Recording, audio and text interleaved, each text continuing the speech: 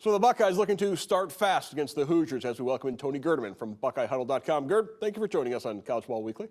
Thank you for having me. All righty.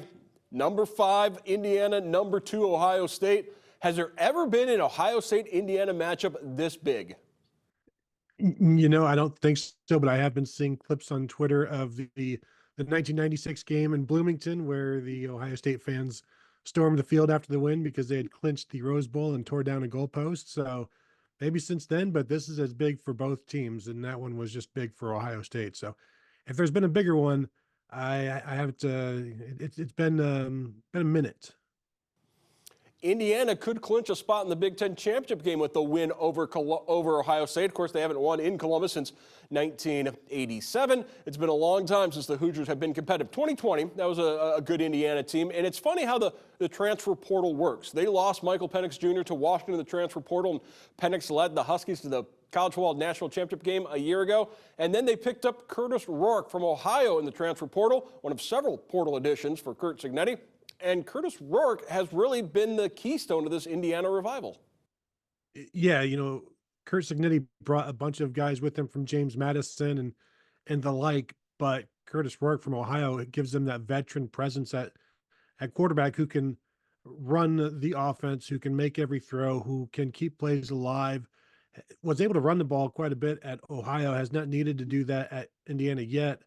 And really is the perfect complement to the receivers that they have, the running backs that they have, and just to everybody around, and somebody that can kind of tie everything together, because this is was a loose-knit group of guys from, 18 different schools basically, and now they're all one from Indiana, and they operate as one, and he's a really key part of that.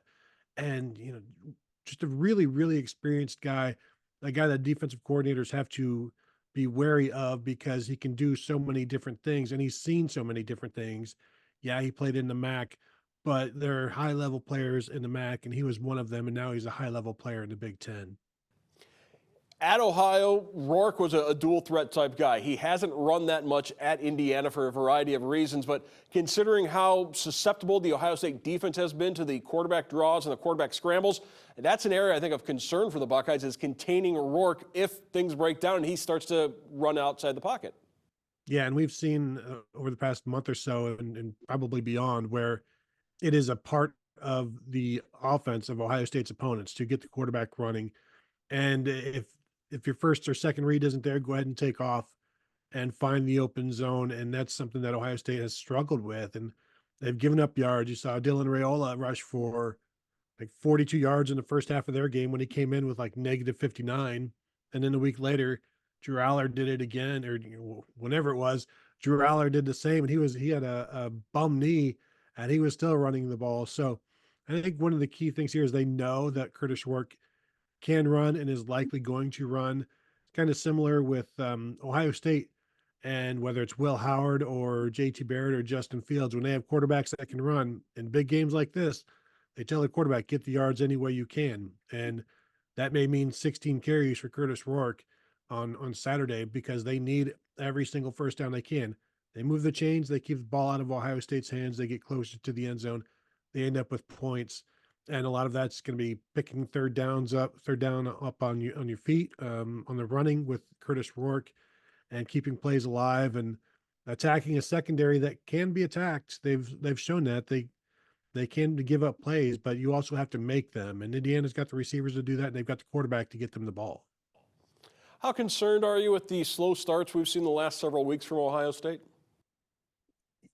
I think they've got enough to overcome that sort of thing, and they have overcome it. I think Indiana is also the kind of program, the kind of team right now that can put 14 on the board before you even realize the game is going on. Whereas Northwestern, you saw they fumbled their first drive, or else they would have put 14 up on the board before the game had even begun. But something else that I also expect for Indiana is, even if Ohio State does start slowly, I think there'll be more possessions in this game, because Indiana's not going to snap the ball with 2 seconds on the clock. They're going to snap it sooner than that. They're going to run some tempo. Ohio State's going to snap it a little bit earlier, kind of like they did last week with 10 to 15 seconds remaining on the clock, because they were trying to get as many possessions and get more snaps. So you're going to have two offenses that are running more tempo than we've seen this season. So there'll be opportunities to overcome a slow start, but also this is the type of team you don't want to have a slow start against offensively or defensively because they are a confident group and that they that confidence builds. And you saw some of that confidence kind of wane against Michigan because they really struggled. They only had, I think, like 16 yards of offense in the second half for towards the end of that game.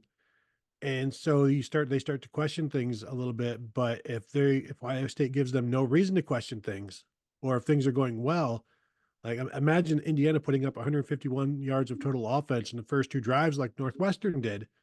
They're going to start to feel themselves.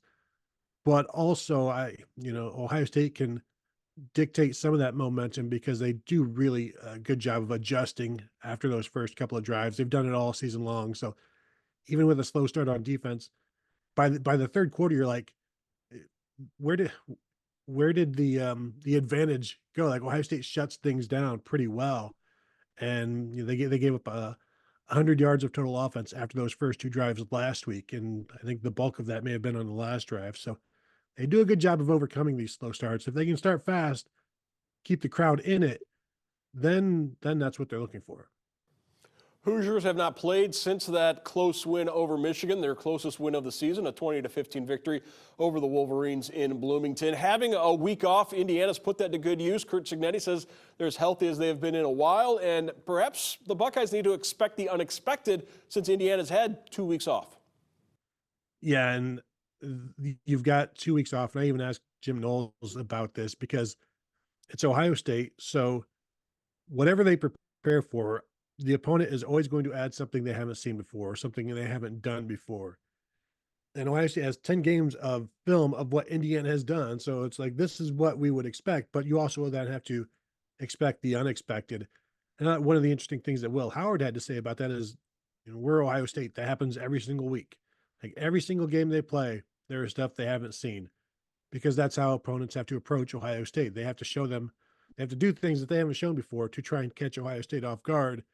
Because if you just do what you do, Ohio State's going to be prepared for that, and they're going to be successful against that generally. So, the everybody's expecting the unexpected. It's just like, well, the unexpected is a broad term. Like, what exactly is it going to be? And that's where it just comes down to discipline, technique, following your basic rules defensively and offensively, and then adjusting on the fly, adjusting after a drive, which they do very, very well now. So, and they know some wrinkles are coming. It's just a matter of holding up at the point of attack when they do. Curt Cignetti in his first season at Indiana. It's easy to say he's an overnight success, but that is not the case. He has worked his way up through every level of college football. In fact, in 2003, he was the quarterbacks coach for North Carolina State for that classic triple overtime Ohio State victory over Phillip Rivers and the Wolfpack in the shoe. And that confidence that Indiana has, it flows from Curt Cignetti. If you don't believe me, just Google Curt Cignetti. He is a breath of fresh air in the Big Ten. If you haven't seen his introductory speech at an Indiana basketball game, go watch it. It's fantastic. And it's the kind of thing that you need to motivate an entire fan base. And Ryan Day was asked about some of the things that Curt Cignetti has said. He's like, all coaches have to motivate their programs in different ways. And I don't think anybody thinks that Curt Cignetti is like dismissing Ohio State or taking shots at them. This is about talking to his people rather than Ohio State's people. So I think it's really, really good for the Big Ten. I think you need guys like this. I thought, like when Brett Bielema was at Wisconsin, he was one of the bad boy of the Big Ten and would say things that would get him in trouble. I think you always need that for the entertainment value, but also the Big Ten always needs upstarts, and boy, they got one here in Indiana. Only once in the history of Indiana football had they beaten Michigan and Ohio State in the same season.